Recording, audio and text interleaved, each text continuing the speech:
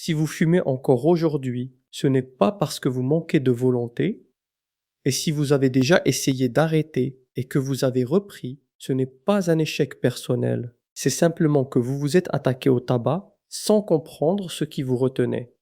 Je suis pneumologue et tabacologue, et après des années d'accompagnement de patients fumeurs, j'ai compris une chose essentielle.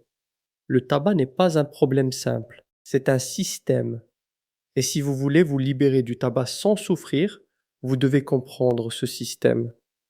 Dans cette vidéo, je vais vous transmettre la stratégie que je développe dans mon livre, Le Pentagone du tabac. Ce n'est pas une vidéo motivationnelle, ce n'est pas une promesse marketing, c'est un accompagnement basé sur la science.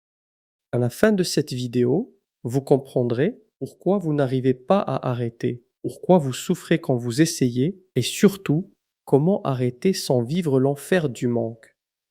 Installez-vous, on commence. Quand vous avez commencé à fumer, c'était par plaisir.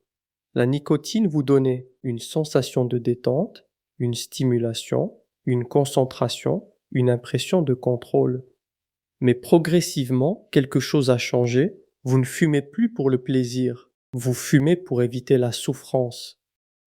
Il faut comprendre que le cerveau humain fonctionne sous l'influence de deux moteurs.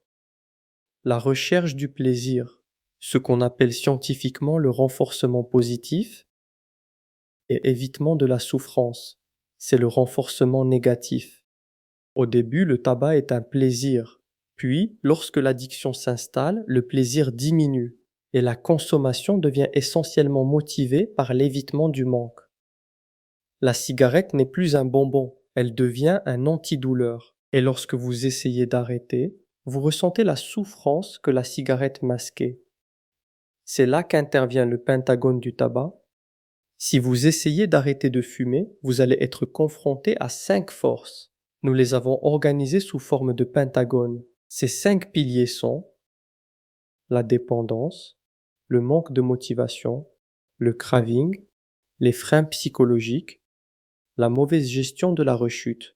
Si un seul de ces piliers est mal pris en charge, il vous fera souffrir et cette souffrance vous ramènera à la cigarette.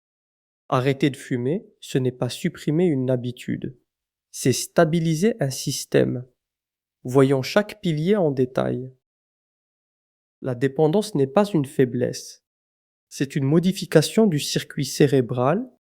Le cerveau comporte plusieurs zones impliquées dans la décision, l'aire de la récompense, l'aire de la motivation, l'aire de la mémoire et le cortex préfrontal responsable de l'analyse rationnelle.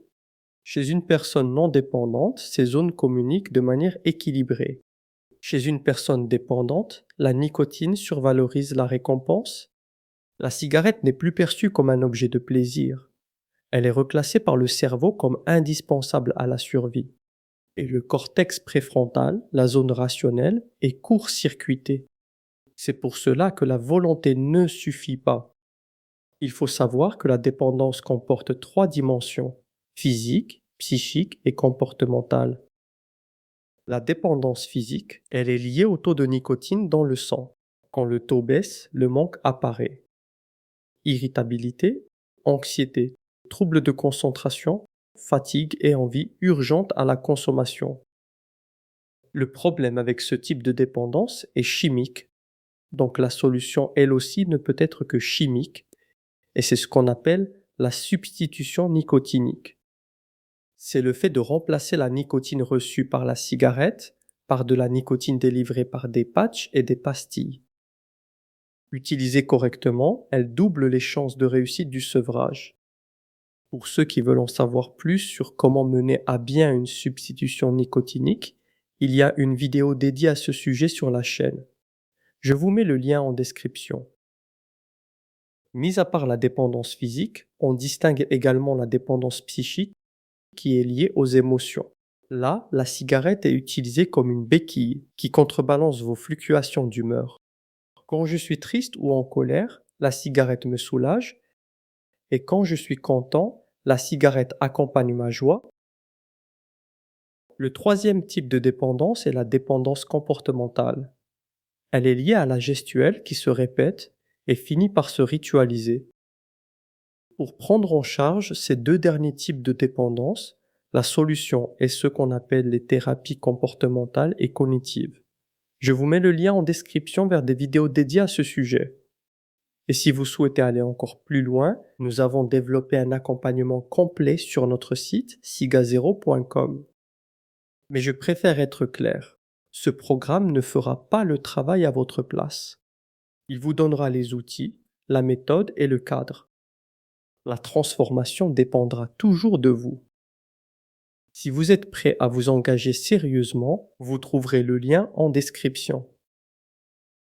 Passons maintenant au deuxième pilier, le manque de motivation. Beaucoup disent « je ne suis pas assez motivé ». En réalité, la motivation est fluctuante.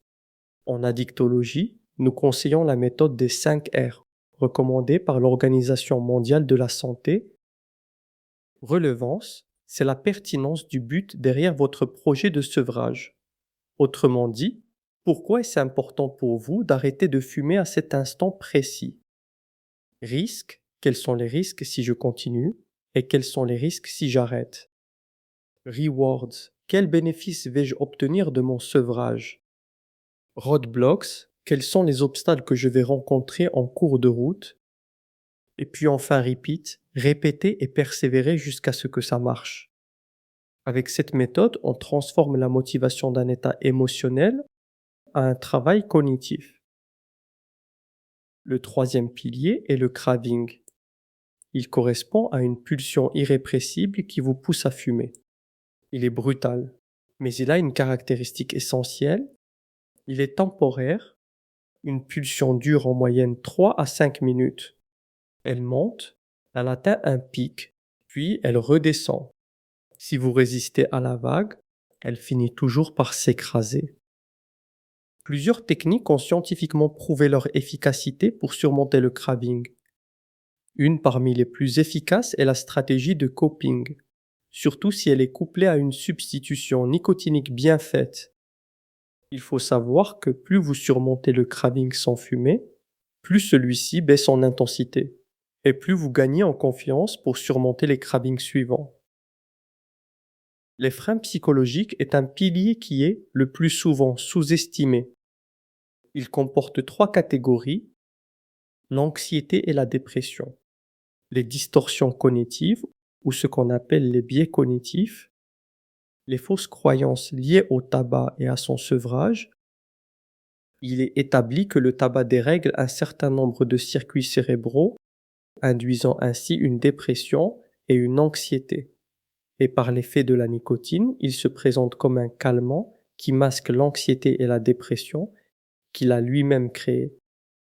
En plus, notre cerveau présente, dans sa manière de raisonner, des erreurs de logique qu'on appelle des biais cognitifs. Ces distorsions de la pensée rendent particulièrement pénible l'initiation et le maintien du sevrage. Si on ajoute à ça une multitude de fausses croyances partagées par beaucoup de fumeurs, et qui vous fournissent le parfait alibi pour ne jamais penser sérieusement à l'arrêt de la cigarette, l'ensemble de ces éléments travaillent en connivence, formant ainsi un trépied morbide qui vous renferme dans un cercle vicieux dont il n'est pas facile de s'extirper. Vous vous doutez bien qu'il n'existe pas de pilule magique pour surmonter ce type de problème. Mais il est établi qu'un individu averti de ces freins psychologiques arrive plus facilement à les repérer et ainsi à les surmonter. Pour ceux qui souhaitent approfondir le sujet, un lien vers une vidéo dédiée est en description. Le cinquième et dernier pilier est la rechute. Il faut savoir que la rechute et sa gestion font partie intégrante du processus de sevrage. En moyenne, 5 à 7 tentatives sont nécessaires.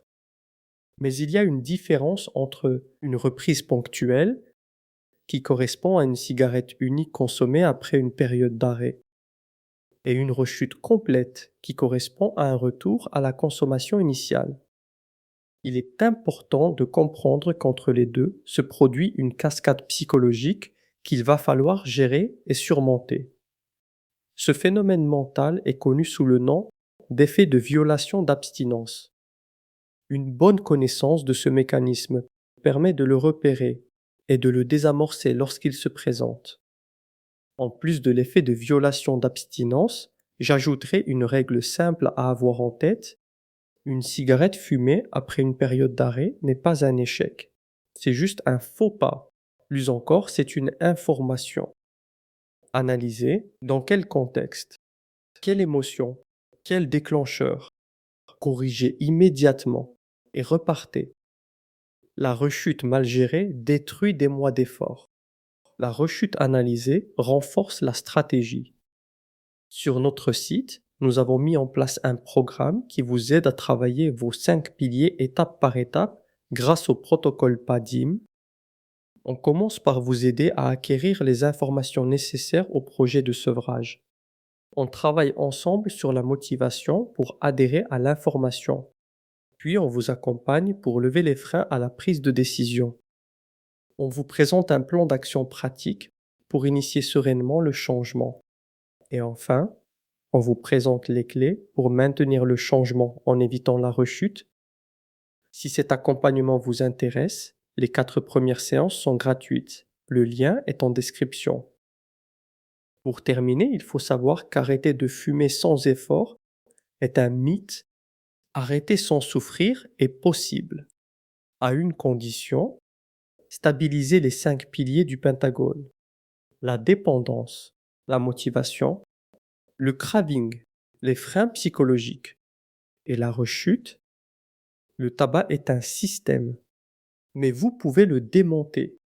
Et si vous êtes encore là à m'écouter, c'est que vous êtes déjà dans le processus de changement. La question n'est plus: est-ce que je peux arrêter? La question est: quand est-ce que je décide de reconstruire mon Pentagone?